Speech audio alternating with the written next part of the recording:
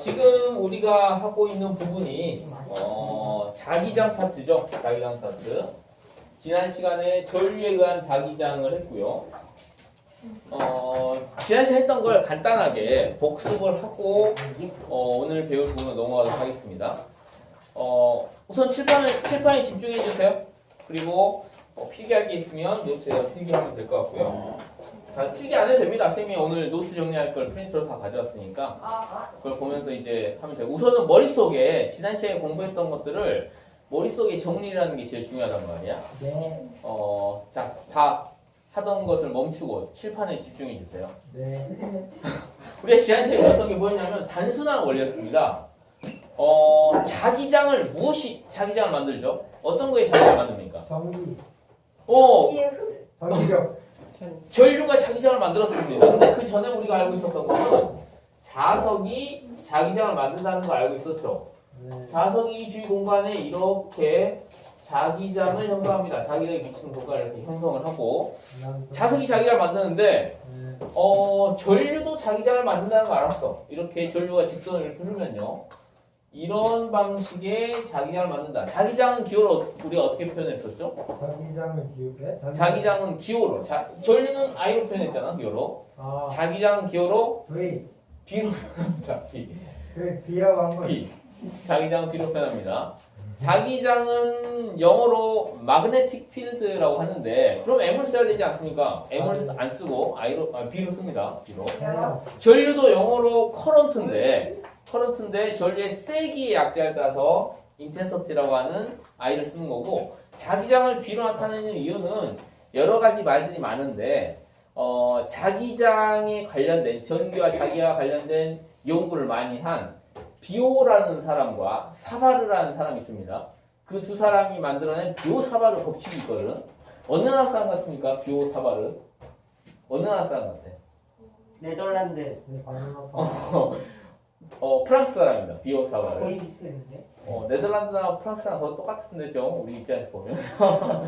그 사람 이를 따서 B로 표현했다라고 하는 썰이 가장 인정을 받고 있죠. 자, 우선 지난 시간에 배운 게 이거였어. 그래서 직선도선이 만든 자기장을 식으로 쓰면 어떻게 되냐? 거리 R만큼 떨어진 지점에 자기장의 세기 B는 비례상수 K R분의 I만큼, R 제곱이 아니라는 걸 명심해야 됐었고, 그 다음에 원형도선이 만든 자기장, 전류 I가 이렇게 흐르고 있을 때 중심에서의 자기장의 세기 B는 어떻게 됐었습니까? 이 거리를 대문자 R로 이렇게 표현해보면, 이 중심의 자기장 세기 B는 K'은 K의 파이배만큼 있었죠. R분의 I였다. 방향은 어떻게 됐었습니까? 자, 전류가 이렇게 흐른다고 했을 때 중심에서 자기장의 방향은 어느 쪽 방향입니까? 지금 보니까 앞쪽으로 튀어나오는 방향, 지면을 뚫고 나오는 방향, 이렇게 표현해주면 되죠. 그 다음에 이 원형도선을 여러 개 겹친 거 우리가 뭐라고 했었냐면 코일 또는 솔레노이드라고 했었고, 이렇게 전류가 흐르고 있을 때, 전류가 이렇게 흐른다고 해보자. 그때 내부에서 자기장의 방향은 어떻게 됩니까? 왼쪽이요. 그렇지, 왼쪽 방향으로 이렇게 자기장이 형성이 되죠. 그리고 그 자기장의 세기 B는 여기도 비례상수 K가 들어갑니다. K2'이 들어가고, 그 다음에 단위 비례상 다문수, 그 다음에 전류의 세기. 이렇게 됐었다는 거를 이 원리 하나에서 쭉 파생시켜서 여기까지 왔었단 말이야. 이거와 관련된 문제를 오늘 또 잠깐 풀어볼 겁니다. 자, 그런데 전류가 자기를 만든다는 거, 전기적인 현상이 자기적인 현상을 만들어낸다는 거를 누가 최초로 실험적으로 확인을 했죠? 이걸 최초로 확인한 사람 이름이 뭐였습니까? 이재영. 그렇죠. 역시 민서 훌륭합니다. 읽었는데. 그걸 써져 있는 걸 볼 수 있는 사람이 민서밖에 없잖아. 웨르스테드라는 과학자가 어느 나라 사람이었죠? 아까 재영이가 얘기했었는데. 마닐라. 덴마크 네덜란드 바로 위에 있는데. 덴마크에 왔는데. 덴마크 사람이 웨르스테드라고 하는 과학자가 이거를 실제로 발표했단 말이에요. 근데 이게 전기가 자기를 만든다라는 사실 밝혀지자마자 과학자들 사이에서는 바로 다음 생각을 하게 된 거야. 과학에서 아주 보편적으로 적용되는 법칙이 뭐가 있냐면 대칭성입니다. 과학에서 보편적으로 적용되는 게 대칭. 대칭이 딱 맞으면 뭔가 깔끔하게 떨어지잖아요. 그죠? 여자가 있으면 반드시 뭐가 있는 거야? 여자가 있죠. 여자가 있죠. 여자가 있으면 할머니도 있고 아줌마도 있고 여자가 있으면 남자가 있잖아요. 양과 음양의 조화가 있잖아요. 그지? 이거는 만약 여자가 있으면 인간 종족이 소멸하겠지. 한 100년만 있으면 소멸하겠지. 왜냐면 자손이 만들어낼 수 없으니까. 갑자기 이야기가 딴 데로 새는 것 같은데 자연계는 항상 대칭성이 아주 보편적으로 존재한단 말이야. 그래서 이렇게 생각하는 거야. 대칭이라고 하는 건 대칭이라고 하는 건 뭐냐면 데칼코마니라 생각해 주면 돼. 사람을 딱 절반 쪼갰을 때 왼쪽 오른쪽이 대칭이 되잖아. 이렇게 딱 절반 쪼개면 양쪽 대칭이 되잖아. 그렇지? 대칭이 잘 맞으면 잘생기고 이쁜 사람이 되겠지. 대칭이 잘 안 맞아. 이쪽은 이렇게 되고 이렇게 돼 있어. 그러면 대칭이 안 맞으면 어때? 못생김이 되겠지. 빨리 들어와. 이렇게 박수를 받으면서 들어오고 싶어? 와. 앉으세요. 멋있다. 저희 발찌마시를 밟았는데 어떡해요? 어머나 그런 나쁜 짓을 하는. 이거 10만 원이잖아. 아 자, 그래서 대칭성에 대해서 과학자들은 그렇게 생각한 거야. 전기랑 자기가 서로 별개의 것인 줄 알았는데, 전기가 자기를 만들어내네? 그러면 자기도 전기를 만들어낼 수 있지 않을까라고 미리 예측을 합니다. 과학자들이. 예측을 하고 수만 번의, 수십만 번의, 수백만 번의 실험을 거쳐서 실제로 자기가 전기를 만들어낸다는 것을 밝혀냈습니다. 오늘 그걸 배울 겁니다. 자기가 전기를 만들어내. 그 전까지는 전기를 만들기 위해서 어떻게 했었냐. 그 전까지는 화학적인 방법을 이용해서 전기를 만들어냈습니다. 볼타 전지나 다니엘 전지 이런 방식으로 전기를 만들어냈었는데 그렇게 만들어내는 전기량은 매우 적단 말이야. 지금 우리 현대 과학 문명은 전기 문명이라고 봐도 무방할 정도로 전기 없이는 살 수가 없습니다. 스마트폰, 컴퓨터, 모든 것들. 집안에 쓰는 모든 최첨단 전자제품들이 전기 에너지를 통해서 작동되고 있잖아요. 전기가 없으면 그것들이 다 무용지물 되는 거지. 그 전기 에너지를 전부 다 어떤 원리를 이용해서 사용하고 있냐면 자기가 만들어내는 전기를 쓰고 있단 말이에요. 그러니까 오늘 배울 이걸 이제 전자 유도 법칙, 패러데이 법칙이라고 하는데 이 패러데이 법칙이 없었으면 이 현대 문명이 완전히 다 무너지는 거죠. 그만큼 중요한 법칙들을 오늘 배울 겁니다. 아주 중요한 법칙입니다. 여기 뭐라고 궁시렁거리는 거예요? 패러디가 안 했어요. 패러데이 법칙을 지난 시간에 잠깐 언급을 했었고 오늘 그거에 대해서 자세히 배울 겁니다. 아하. 자. 잘 안 왔네. 자기가 전기를 만들어내는 거. 자, 우선 단순한 상황을 한번 생각을 해볼까요? 전류가 흐르려면 가장 기본적으로 뭐가 있어야 되냐면 이게 있어야 됩니다. 책을 보지 말고 이 칠판에 집중하세요. 선생님 설명에 집중해. 선생님 수업 방식이 어떻습니까? 선생님 수업 방식이 나쁘게 말하면 주서가 없고 좋게 말하면 나쁘게 말하면 체계가 없고 뒤죽박죽이고 하지만 이제 좋게 말하면 유도리가 그냥 있다. 이야기 흘러가듯이 그냥 술 흘러가듯이 지금 설명하는 방식이잖아. 그러니까 이 설명에 집중해야 돼. 선생님 책에 있는 체계를 따르지 않고 그냥 너희들 생각에 꼬리를 무는 방식으로 지금 설명을 하고 있단 말이야. 그러니까 집중하면서 설명을 드려야 이해가 됩니다. 자, 전류가 흐르려면 반드시 이게 있어야 흐를 수가 있어. 이게 뭘까요? 호혈이. 해활량. 폐회로가 있어야 돼. 폐회를 다른 말로 닫힌 회로라고 합니다. 닫힌 곡선이 있어야 돼. 반도체. 닫힌 곡선의 반대말은 뭐가 될까요, 당연히? 열린 곡선. 이건 열린 곡선이야, 닫힌 곡선이야? 열린 직선. 이건 열린 선이잖아, 열린 곡선이잖아, 그치? 전류가 흐르려면 닫힌 회로가 있어야 돼. 딱 닫혀 있어야 돼. 열린 이렇게 여기가 뭐 저항체나 전구 같은 걸로 딱 연결이 돼 있어서 이게 완전히 닫힌 곡선이 만들어져야 됩니다. 이걸 다른 말로 폐회로라고 해요.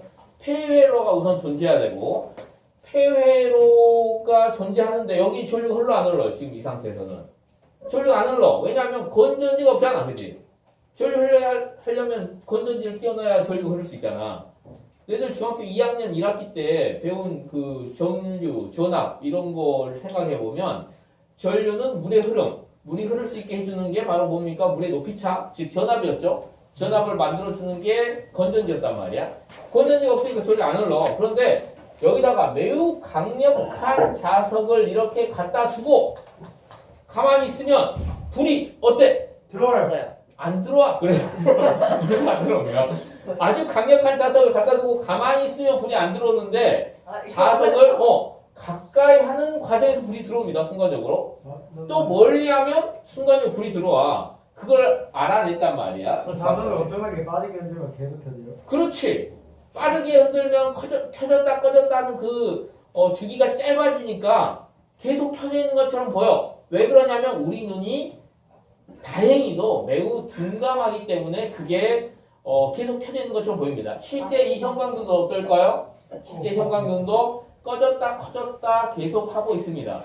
왜냐하면 우리가 쓰는 이 전류 자체가 교류고 계속해서 전류의 흐름 방향이 바뀌는 이런 거야. 전류가 시간에 따라서 전류가 일정하게 흐르지 않고 이렇게 바뀝니다. 근데 이게 여기서부터 여기까지가 몇 초냐? 여기서부터 여기까지가 60분의 1초입니다. 와. 60분의 1초 동안에, 그러니까 1초 동안에 60번 바뀌는 거고, 여기서부터 여기까지 60분의 1초니까, 이때가 켜지고, 전류가 플러스 방향 흐르고, 이때 마이너스 방향 흐르는 거란 말이야. 그러니까, 엄밀하게 말하면 이 형광등 계속 1초에 120번 켜졌다 꺼졌다 하는 거라고 볼 수 있습니다. 전기세가 엄청나요. 전기 자체가 우리 가정집에 쓰는 전기 자체가 이런 식으로 생겨 먹었어. 그런데 다행히도 우리 눈이 둔감하니까 그걸 피로감을 못 느끼죠. 그런데 우리는 어떤 돌연변이 사람이 있어가지고 그 사람이 엄청나게 예민한 눈을 갖고 있다 해보자. 그럼 그 사람은 엄청 피곤하다. 켜졌다 꺼졌다 하고 있네. 너희들 어떤 영상을 봤을 때 어떤 영상은 되게 눈이 피로한 반면에 어떤 영상은 되게 자연스럽게 보이는 영상이 있단 말이야. 그게 무슨 차이냐면 헤르츠 차이. 프레임의 차이입니다. 헤르츠 차이라고 볼 수도 있고. 그러니까 이 영상이 짧은 시간 동안에 많은 영상이 있으면 자연스럽게 보이는 거고 짧은 시간 동안에 몇 개 프레임이 별로 없으면은 매우 어색해 보이고 눈이 피로하고 그렇게 보인단 말이야. 다행히 우리 눈이 둔감한 게 이런 점이죠. 자, 이게 폐회로가 있고 폐회로에 자석을 가까이 하거나 멀리 하면 여기 전류가 들어온다는 거 알게 됐고 그렇게 전류가 흐른다는 거는 뭐야? 여기서 흐르는 전류는 건전지가 없이 자석에 의해서 유도된 전류죠. 유도전. 그래서 여기 흐르는 전류를 유도 전자. 전류라고 합니다. 유도 전류라고 해. 유도 전류가 흘렀다는 얘기는 전류가 흐르기 위해서는 반드시 뭐가 있어야 되죠? 전류 I가 흐르기 위해서는 반드시 무엇이 있어야지 되는 거야? 자기장. 전압이 있어야지 전류가 흐르는 거란 말이야. 전압은 전류가 흐를 수 있게 해주는 능력을 가진 놈을 전압이라고 하잖아. 그래서 유도 전류가 만들어졌다는 얘기는 유도 전압이 만들어졌다는 거야. 유도 전압을 우리가 다른 말로 뭐라고 하냐면 여기서 이제 유도 전압이란 말 안 쓸 텐데 유도 전압을 다른 말로 유도 기전력이라고 합니다. 기전력과 전압은 거의 같은 의미라고 생각하시면 됩니다. 그래서 유도 기전 자석에 의해서 유도 기전력을 만들었고 그에 따라서 유도 전류가 흐르는데 자 이런 원형도선 있잖아요. 원형도선에 전류가 흐르면 뭘 만들었었죠? 앞전에 여기에서 전류가 흐르면 이놈이 뭘 만듭니까? 자기장. 그렇지 자기장을 만들죠. 이 유도 전류가 흘러서 만들어지는 자기장을 뭐라고 하냐? 유도 자기장이라고 한다. 그래서 자석을 이렇게 변화시키면서 이 세 가지가 만들어진다라는 걸 알아야 됩니다. 유도 전압이 유도 기전력이 발생하고 따라서 유도 전류가 흐르고 유도 전류에서 유도 자기장이 만들어지는데 이 유도 자기장은 어떤 방식으로 만들어지는지 그런 것들이 이제 법칙으로 우리가 배울 텐데 오늘 배울 게 두 가지입니다. 두 가지 법칙이야. 이건 지난 시간에 복습한 거니까 이거 지우고 여기다 넣을까요? 오늘 배울 법칙이 크게 두 가지입니다. 하나는 렌츠의 법칙.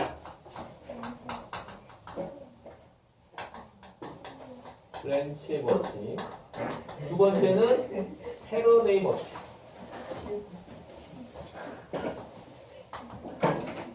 패러데이 법칙을 다른 말로 이걸 전자기 유도 법칙이라고 또 부르기도 합니다. 아니면 이 두 개를 다 통틀어서 전자기 유도 법칙이라고 하기도 하고, 전자기 유도 법칙 이렇게 부릅니다. 렌치의 법칙은 무엇을 알려주는 법칙이냐면 유도 기전력의 방향을 알려주는 법칙입니다. 패러데이 법칙은 유도 기전력의 방향을 결정한다. 렌치 법칙은 패러데이 법칙은 유도 기전력의 크기를 결정하는 법칙입니다. 우선 방향 먼저 해보겠습니다. 방향. 유도 기전력의 방향을 결정하는 법칙. 이 예시를 그대로 한번 활용해 보면 여기에서 자석을 가까이 할 때, 자석을 가까이 합니다. 자석을 가까이 움직일 때 불이 들어왔단 말이야. 그 말은 전류가 흘러서 불이 들어왔다는 건데, 전류가 흐르는 방향은 두 가지 방향이 있을 수 있겠죠. 1번처럼 흐를 수 있고 2번처럼 흐를 수 있단 말이야. 어느 쪽으로 전류가 흘렀을까를 이제 결정해 보자는 얘기야. 무슨 법칙으로? 렌치의 법칙으로. 자, 렌치의 법칙을 쌤이 책에도 물론 나와 있을 텐데 여기다가 선생님의 정리한 방식을 써볼 테니까 한번 들어보세요. 렌치의 법칙이 의미하고 있는 건 뭐냐면 폐회로가 만든, 저기 폐회로잖아요. 폐회로가 만드는 면적에 대한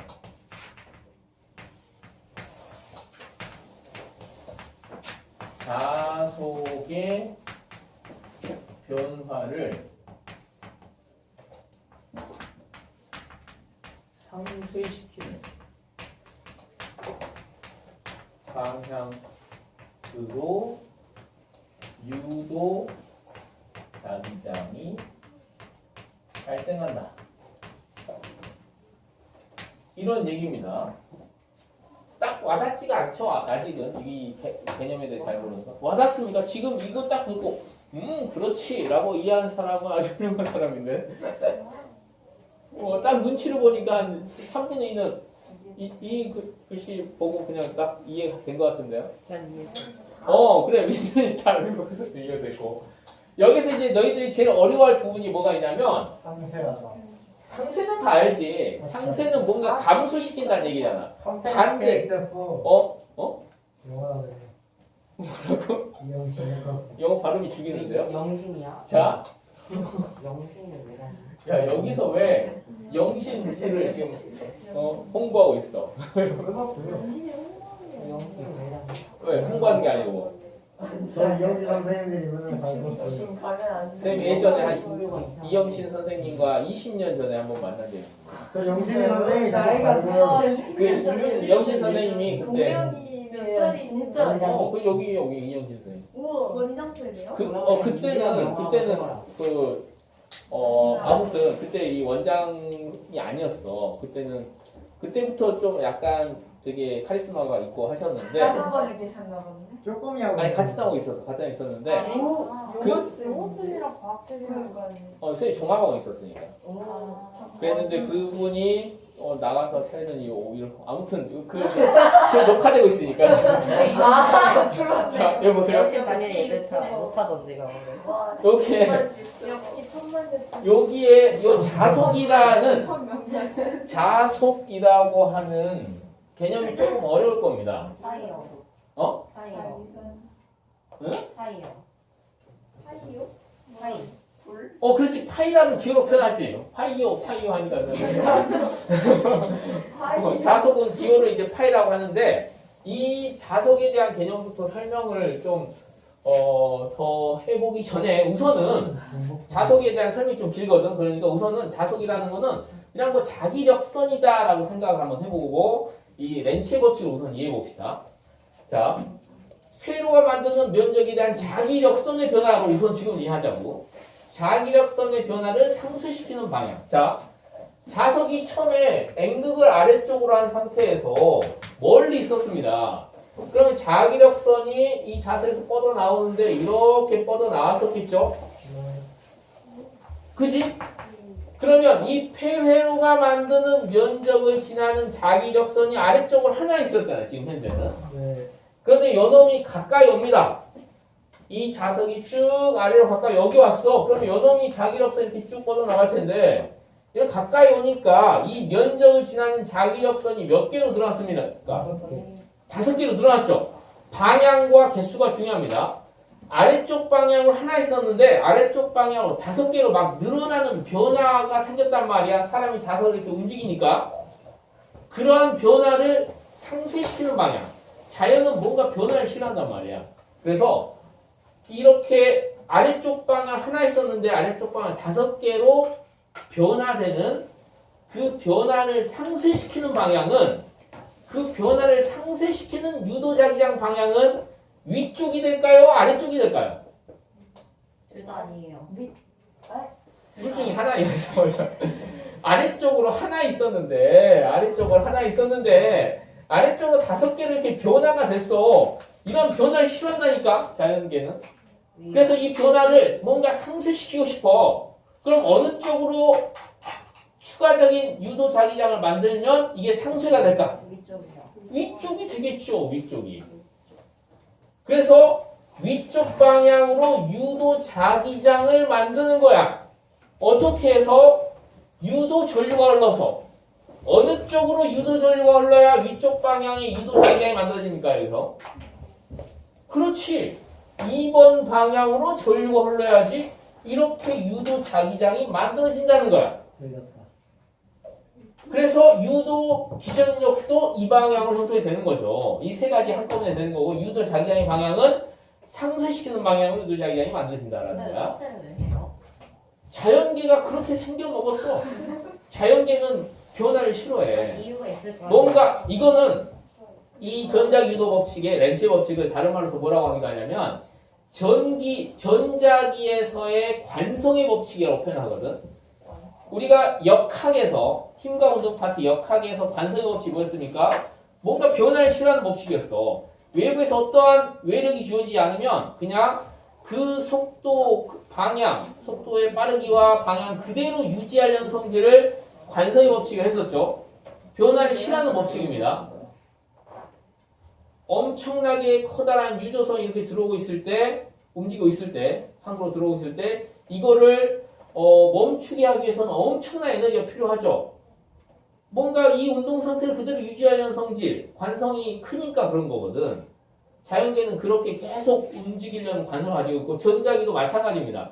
이 면적에 대한 자기력선의 개수와 방향이 그대로 유지되려는 성질을 가지고 있고, 뭔가 외부에서 그 변화를 가해주면 그 변화에 대해서 반발하는, 그 변화를 억제하려는, 상쇄시키려는 방향으로 자연적으로 유도자기장이 만들어지고 그 유도자기장이 방향된 유도전류가 흐르고 이렇게 된다는 얘기야.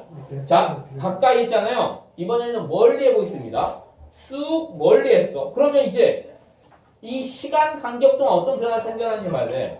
가까이 있었을 때는 아래쪽 방향으로 많이 있었단 말이야. 자기력선이. 근데 이걸 멀리 하니까 어떻게 되냐면 아래쪽 방향으로 자기력선이 줄어들었네. 이러한 변화가 생겼습니다. 이 변화를 자연은 싫어해. 자연계는. 이 변화를 상쇄시키는 방향으로 유도자기장을 만든단 말이야. 그러면 그 방향은 윗방향이야 아랫방향이야? 여기서 너희들 제일 헷갈려합니다. 아래요. 아랫방향이 된다는 거야. 여기서 절반 이상이 헷갈려합니다.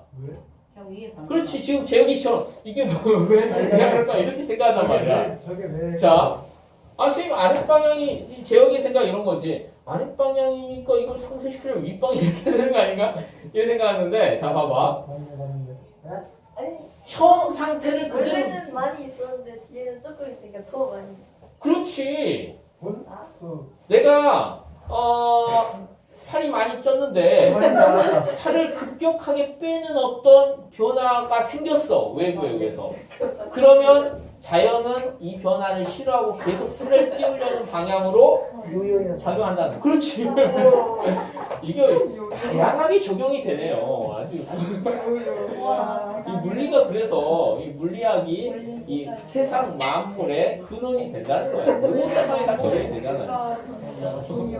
자, 아래쪽 방향으로 이렇게 5개가 이렇게 많이 있었는데 이게 줄어드는 변화가 생겼다. 자연은 이러한 변화를 싫어한다. 이 변화를 상쇄시키는 방향은 아래쪽 방향으로 유도자기장을 원래 있던 대로 많이 유도자기장을 만드는 방법이란 말이야. 이거 엄청 너희들 배웠어도 헷갈린다 그랬어. 안 헷갈려요. 자, 이걸 헷갈리니까 나중에 이제 이 방법하고 다른 좀 편법적인 방법을 병행해서 한번 검토를 해봐야 됩니다. 저 실제로 자, 돼요? 어? 실제로 돼요? 저 실제로 돼요?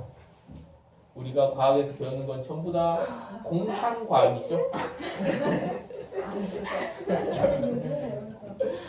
일부러 그러는 게 일부러. 아니 실제적인 걸 안 배우면 실제적인 게 아니면 우리가 왜 배웁니까? 아니 근데 물리는 이제 수학처럼 약간 수식적이고 이렇게 약간 딱딱하게 느껴질 수 있어. 그런데 이제 수학하고 수학하고 과학의 공통점은 뭔가 명확한 결과가 나온다는 공통점이 있잖아요. 그렇지만 이제 수학하고 쌤이 물리의 차이점이랄까 아니면 물리의 어떤 더 좋은 매력이랄까 이런 걸 주장하자면 아마 1시간 전까지 수학이 더 좋은 이유 배웠어요. 수학은 이상적인 상황을 다룬단 말이야. 그러니까 실제 존재하지 않아도 뭔가 논리적으로 이런 것들을 생각할 수 있으면 그런 것들을 만들어내서 그것들을 다루고 하죠. 수학에서는. 근데 과학에서 물리에서는 실제적인 현상만을 다룹니다. 그런데 실제로- 마찰 없다고 가정하는 문제 겁나. 아니 마찰이 없다고 가정한 이유도 마찰이 있는 상황을 해석하기 위해서 마찰이 계속해서 줄여나가면 어떻게 될까? 그 극한 상황, 마찰이 계속해서 적다 보면 마찰이 아무것도 없는 상황이 될 아니 그럴 거면 이상기체 왜 만들었어요? 자, 여기가 녹화되고 있어서 우리 빨리 진행해야 됩니다. 그래서 이걸 멀리하면 어떻게 되냐? 멀리하면 원래 아래쪽 방향의 자기력선 방향대로 유도 자기장을 만들게끔 유도 전류가 흐르니까 이렇게 전류 흐르는 거야. 일본 전류 흐르는 거야. 근데 자석을 가까이 했다 멀리하면 전류가 이렇게 흘렀다, 이렇게 흘렀다. 계속 가까이 있다 멀리했다, 가까이 있다 멀리 했다면 전류가 이렇게 흘렀다, 이렇게 흘렀다, 이렇게 흘렀다, 이렇게 흘렀다. 비효율적인데요? 그러면은 계속 전류가 왔다 갔다 하겠지. 그걸 우리가 뭐라고 한다? 기억 리을로 뭐라고 한다? 그러한 전류를 그래. 교류라고 한다라는 거야. 교류. 전류의 방에 계속해서 왔다 갔다 하겠지. 교류잖아. 교류 전류. 교류. 자, 그거 방금 이거를 이해한 사람은 선생님이 이 질문에 대답할 수 있는데 그 골든벨이나 이런 퀴즈에서 이런 문제가 나올 수 있습니다. 자, 봐보세요. 과학 퀴즈에 이런 질문들이 나올 수 있는데, 과학 뭐 동아리 퀴즈라든가 이런데, 우리 가정집은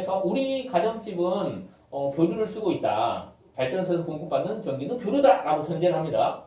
그리고 집에서 발전소까지 이어지는 전선이 있는데 전기 에너지를 공급받고 있는데 이 발전소와 가정집 사이에 송전선 안에 있는 전자가 있는데 1년 동안 한 가정집에서 쓰는 어떤 평균적으로 전기 에너지를 썼다고 했을 때 송전선에서 우리 가정집으로 계속 이동하는 전자는 총 몇 개가 있을까? 답은 두 개. 돼요. 쌍돼요. 빵 개가 된다는 거야. 왜냐하면 송전선에 있는 전자는 어떻게만 이동하는 거야? 왔다 갔다 제자리에서 왔다 갔다만 이동하는 거지. 그러니까 송전선에 있는 전자가 우리 가정집에 오지는 않는 거야. 단지 에너지만 전달해 주는 거고 우리 가정집에 있는 이 전선에서도 전자들이 한 방으로 쭉 흘러가는 게 아니라 왔다 갔다 한다는 얘기입니다. 그러면서 전기 에너지만 공급해주고 있는 거야. 한방향으로 가면 좋지. 몇 명의 학생들이 이 전기적 현상을 깨달아가는 이 눈빛을 보니까 아주 선생님이 뿌듯하네. 그래서 왜 비효율적인 방법을 택하는 거예요? 이게 비효율적이냐 효율적이냐 이게 효율적입니다. 이 이게 효율적인지 비효율적인지가 이미 미국에서 증명해 주세요. 200년 전에 증명이 됐어. 200년 그 싸움이 있었어.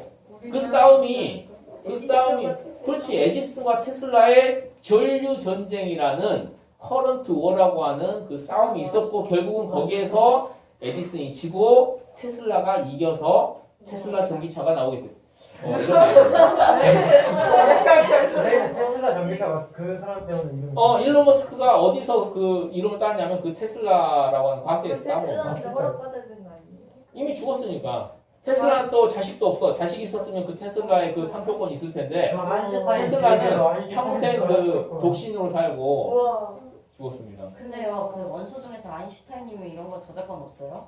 아인슈타인이 만들고 그렇게. 그러니까 그걸 아인슈타인을 기리기 위해서 그렇게 써주는 거지. 아인슈타인 과학자의 이름이 많이 들어가 있잖아. 뒤쪽에 있는 원소 기호들은. 그러니까 그걸 원소 기호를 제정하는 그 협회에서 그렇게 해주는 거죠. 근데 전자도 맞아요. 운동을 하니까 관성이 생길 거 아니에요. 근데 이렇게 하면은 질문이 나오니까 계속 질문을 받아주겠습니다. 이게 약간 딴 길로 새는 길이긴 하지만 얘기긴 하지만 전자가 지금 민준이 질문은 선생님 교류 에너지는 전자가 제자리에서 왔다 갔다 운동만 하는 거 아닙니까? 그런데 전자가 왔다 갔다 한다는 거는 전자를 이렇게 운동 방향을 바꿔주기 위해서는 에너지가 필요한 거 아닙니까? 그렇지. 그 에너지가 바로 전기 에너지가 공급돼서 그렇게 움직여주는 겁니다. 전자가 움직이지 가만히 있다는 얘기는 에너지가 없다는 거야. 근데 전자가 이렇게 움직이고 있다는 거는 에너지가 있다는 거지. 그 에너지를 발전소에서 계속 공급해주고 있는 거고 그 에너지를 가정집에 쓰고 있는 겁니다. 이렇게 왔다 갔다 할 거예요. 안 하면 그런 게 걸릴 수 있어. 근데 그게 그러니까 다시 한번 약 5분 전에 태클 걸려가지고 똑같이 얘기하면 그 전쟁이 200년 전에 있었습니다. 그게 바로 테슬라와 에디슨의 전쟁이었고요. 그래서 그때 테슬라가 이겨서 테슬라 전기차가 나왔습니다. 사건이 있어요. 왜 나왔어요? 근데요, 그 전선에서 왔다 갔다만 하는데 어떻게 끌어갔어요? 얘가 얘한테 지고 얘가 얘한테. 에너지만 지금은 약간 이 직관적으로 이해 안 될 수 있어. 그런데 에너지만 어떻게 끌어? 에너지만 간다라고 생각해 주면 됩니다. 선생님이 이렇게 얘기하는 이 소리, 음성 에너지가 있을 수 있겠죠. 소리 에너지가 있을 수 있어. 소리 에너지가 너희들 귀에 고막을 때려가지고 소리를 들을 수 있는 거란 말이야. 근데 그렇다고 해서 선생님의 이 입속에 있는 공기 입자가 너희들 고막에 가는 게 아니야. 그래서 촉촉하게 나의 이 타액이 선생님의 타액이 지와의 고막에 촉촉하게 적시는 게 아니라는 거지. 괴로워한다. 그냥 진동 에너지만 쭉 전달돼서 고막을 움직이게 하는 겁니다. 제 고막 때리지 마세요. 자, 그래서 우선 방향을 이렇게 결정했는데 약간의 이게 아주 정석적인 렌칠 법칙의 방향을 결정하는 법칙이거든. 그런데 이게 과정이 좀 어려워. 잘 봅시다. 자석의 폐로를 설정하고 그 폐